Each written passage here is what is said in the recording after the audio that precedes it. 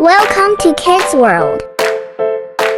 7 छोटी बकरियों का एक खानदान रहता था। वो खुश और बेफिक्र थे। अपने दिन है घास खाकर, खेलकर और जंगलों में सैर करते गुजार देते।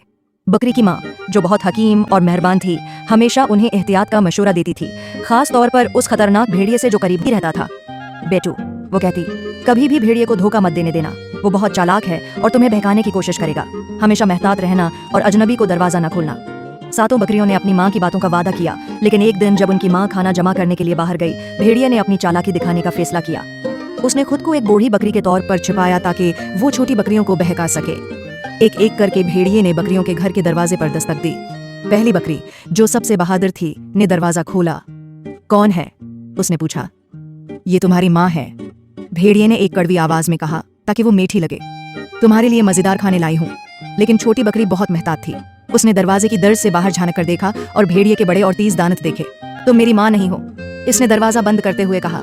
भेड़िया गुस्से में आ गया, लेकिन वह हिम्मत नहीं हारा। उसने दूसरी बकरी, फिर तीसरी और यूं एक एक करके तमाम बकरियों को धोखा देने की कोशिश की, लेकिन हर बार बकरियों ने उसकी चालाकियों को समझ लिया और दरवाजा न खोला। आखिरकार भेड़िया ये समझ गया कि वो बकरियों को मुख्तलिफ रूप बदल कर नहीं धोखा दे सकता।